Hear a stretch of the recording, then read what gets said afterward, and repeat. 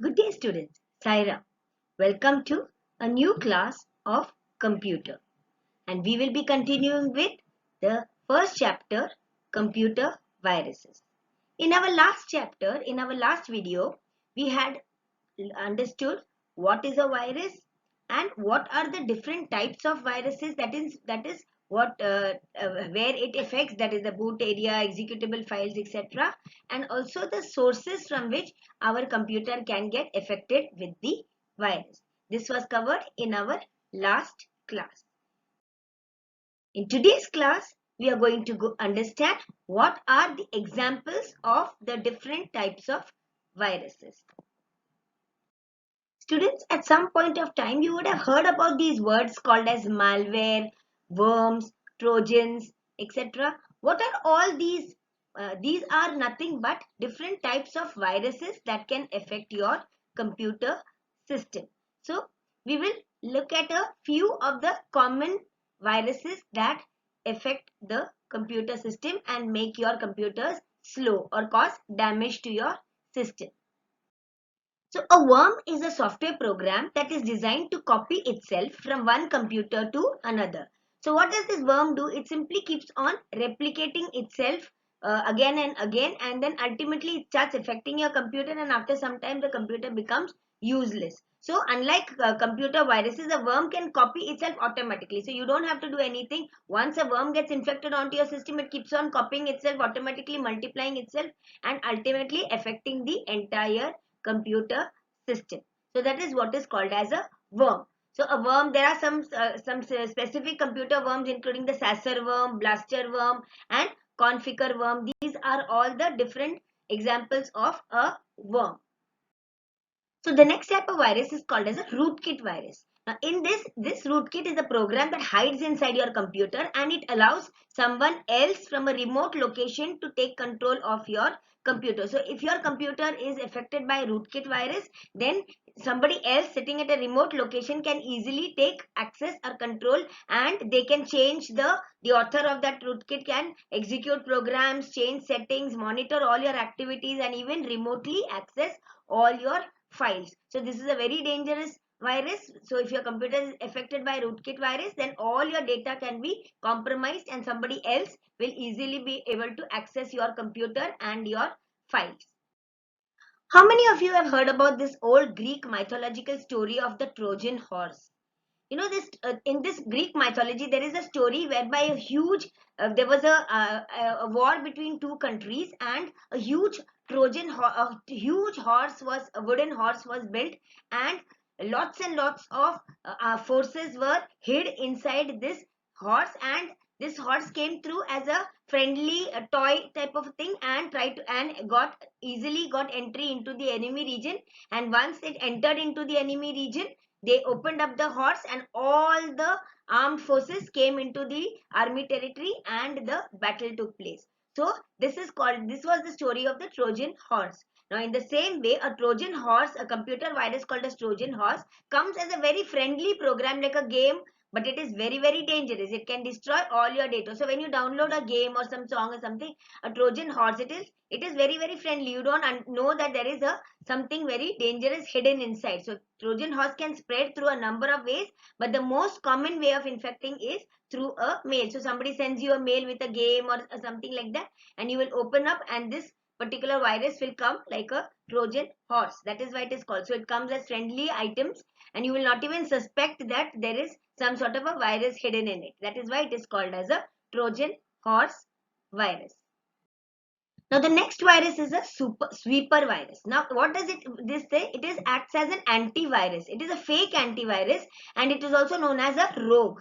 Now it is designed in such a way that when people, it looks like an antivirus software, but in reality it is not antivirus. It is actually a virus only. People download it unintentionally, and the sweeper virus enters your machine and changes all your system files and browser activities. So basically it acts as if it is an antivirus to fight the virus, but actually it is a virus, and it comes in, so people don't know that this particular virus is an sweeper virus, is an antivirus, is not actually this. It will be, it infects the computer system. You unintentionally you will download it and get your machine infected. Now, the sleeper virus is known to steal all your personal and financial information. Now, this virus is programmed to target very, very large networks of banks, insurance companies, and other financial institutions. This virus has affected millions of machines so far. So, sometimes you will see that large amounts in the newspaper. Also, you get to see a lot of news about lot of large amount of money being moved out from one bank to the other, or some sort of people who are trying to hack the machines and use this type of virus to gain access to financial transactions and then siphon out all money from financial institutions and banks. So this particular sleeper virus is used for that purpose. So now the next virus is, which we know is Alabama. Now this virus infects all the exe files. So exe files are the program files. Suppose you buy a new software, any software or any program that you purchase, game software or something like some software to run music, all of them come as exe files. So this Alabama virus, what does it do? It infects the executable files. This virus manipulates the file allocation table and it swaps the file names. So finally the files start getting slow, so that the files become lost slowly. And also it gets loaded into your computer's memory and then affects the computer's runtime operations and corrupts the program and overlay files. So once the exe files and the FAT, that is the file allocation table, and swiping of file names etc. is there, that means that the programs start running slow. They are not able to understand what it is, and the computer memory, it affects runtime operations, everything gets corrupted due to this Alabama virus. It affects the exe files, that is the basic important program files to run a particular software program. That's called as an exe file, and the Alabama file affects that particular Alabama virus affects that exe file.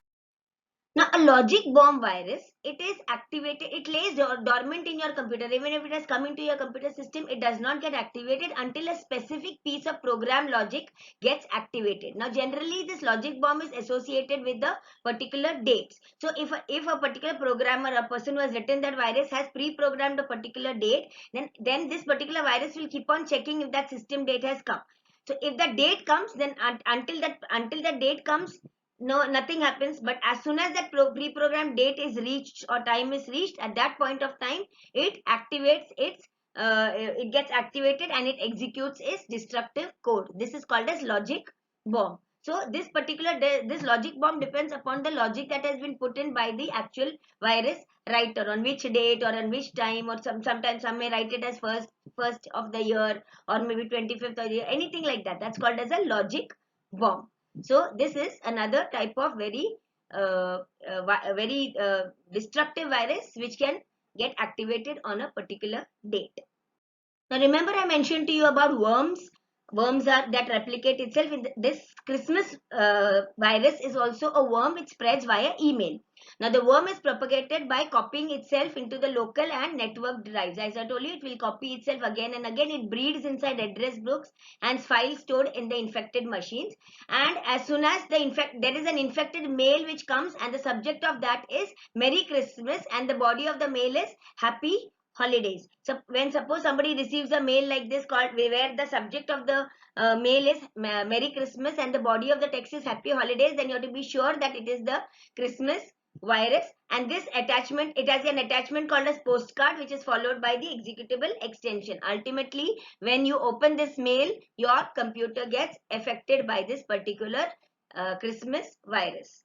It's a worm which duplicates itself into the system.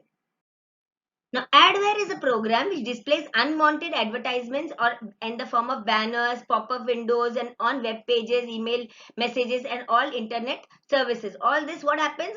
Advertisements keep popping up in between your applications, and when you click on that particular advertisement, it takes you to a virus-contained, contaminated site, and it infects your computer. So that is why they say that when you have these ads which are keeping on popping up in between, you should not go on clicking on those ad sites, because they might be your adware virus sites. The last computer virus which we are learning is the spyware.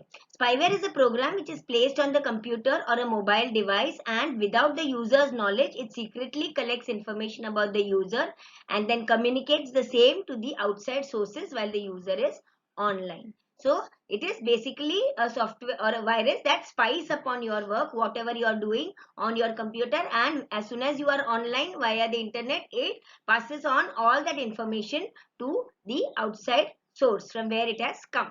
So this is what the spyware does. So I hope now you have understood some of the few examples that I have taught you just now regarding the different types of viruses which can impact your computer working. In our next session, we are going to learn more about malware and ransomware virus and how it actually, what are the symptoms of a particular virus attack and how can we deal with it. So till that time, please go through the previous videos and understand the concept of a virus and what are the different types of viruses, and be ready for our next session. Thank you.